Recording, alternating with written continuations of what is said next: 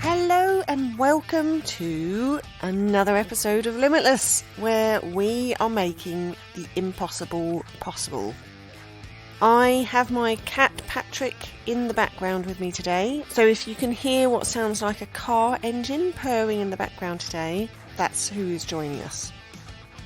Today I am talking about mental health, because so many of us will have experienced low mental health at some point in our lives, and will again. It can affect everything we do, whether it's launching a world-changing project or getting to the shop to buy some bread.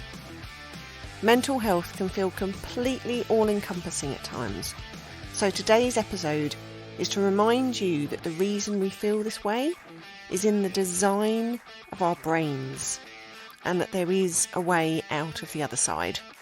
Let's jump in.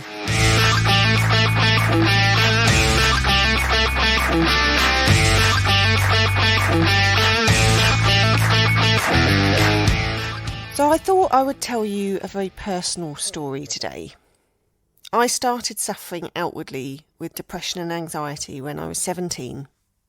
My father passed away, and because I lived with him at the time, my whole life turned upside down in the space of one horrendous evening. I moved an hour away, I moved college, I had to start a long-distance relationship, and unsurprisingly started getting mental health issues due to the upheaval and the grief of losing my dad. We are in a much better place now, 18 years on, when mental health has become a common topic for discussion. But it wasn't back then, not for me anyway. Anxiety was the first issue to set in, and for me, the symptoms included stomachache and feeling nauseous, fear of travelling, and of being confined in a space in any way. Depression followed suit, my worst day being a day when I felt like I couldn't get out of bed at all, and it morphed into a feeling of hopelessness and pointlessness about life. I struggled to get to sleep at night and was tired during the day. I remember moments, such as getting panicky when I went to the theatre because I was seated in the middle of a row and I didn't feel like I could escape. I spent the whole show focused on working out the best way for me to get out if I suddenly needed to, rather than actually watching the show. There was another time when I was going to college and I stepped on the bus to get there and suddenly panicked and couldn't stay on. I jumped off before it pulled away and phoned my mum crying to come and get me. I was 18 and I couldn't travel on a bus. An unfortunate side effect of poor mental health is the physical symptoms that follow. For me, it was mostly centred around my stomach, feeling ill and not wanting to eat. The problem was, I didn't know what it was at the time, so I generally just assumed there must be something physically wrong with me. I got scans, but nothing came up. I was convinced at one point that I had undiagnosed cancer. This was not helping my mental situation.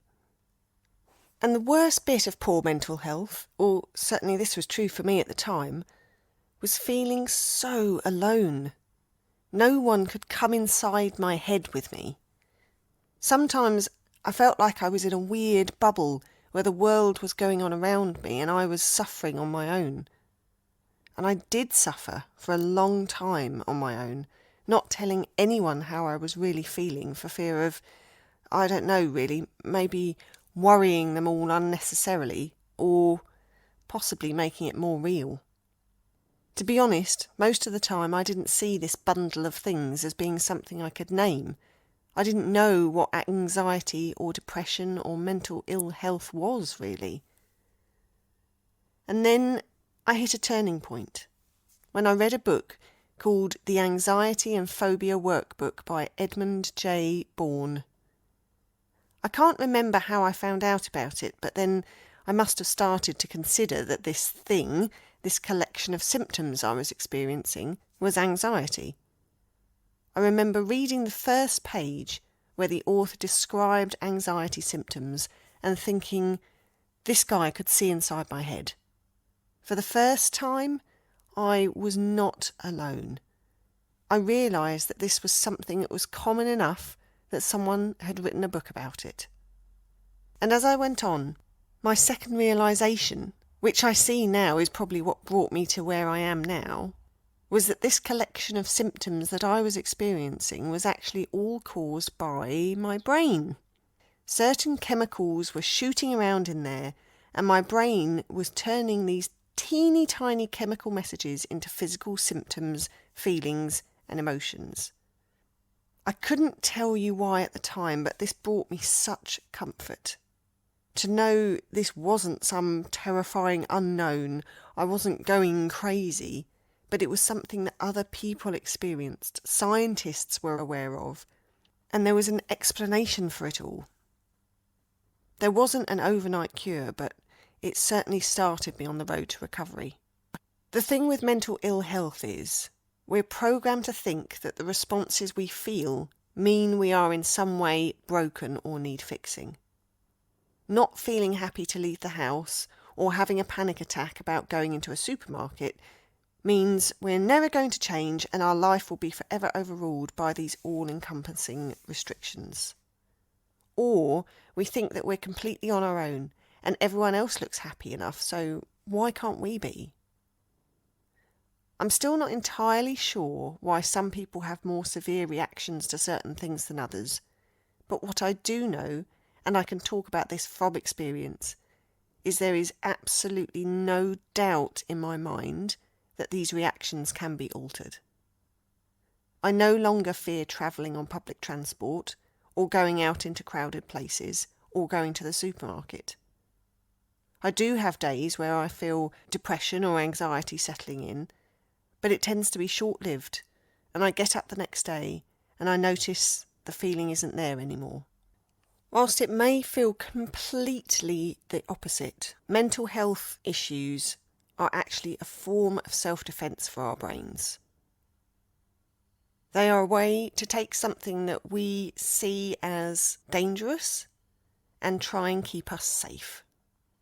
So what we need to do is teach our brains that there's nothing dangerous about going to the shop or getting on a train. So for today's task, I want you to do one thing.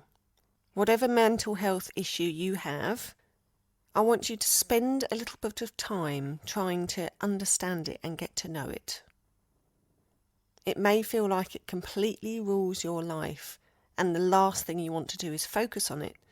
But when you understand what your brain is trying to do and how this overwhelming combination of emotions and physical symptoms is actually just your brain's way of trying to keep you safe, for me anyway, this made it feel like it just made more sense. If you're suffering with mental health now, take a moment and focus on the physical feelings in your body that you feel.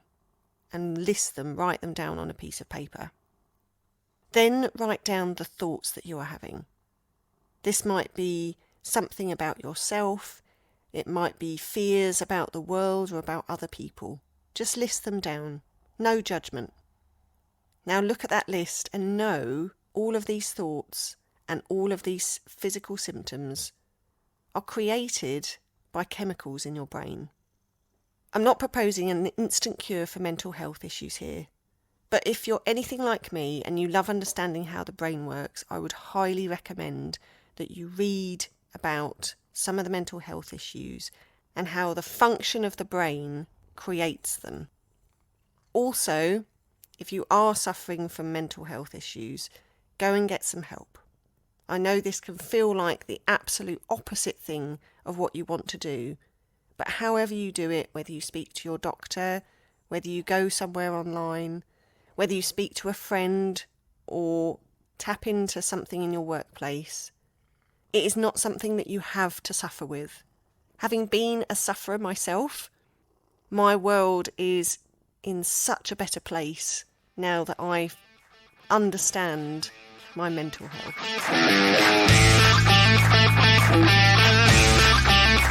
Thank you for listening to another episode of Limitless, the podcast that is making the impossible possible. It was quite a heavy one today, but mental health issues can affect you no matter what you're doing, and can and probably do affect most of the people that you know as well. So once we start looking and helping and tackling these issues, this is when we can make those changes that may seem impossible now possible. Have another great week, folks. I will be speaking to you next week. We've got another interview coming up next week, and I can't wait to share it with you. Speak soon!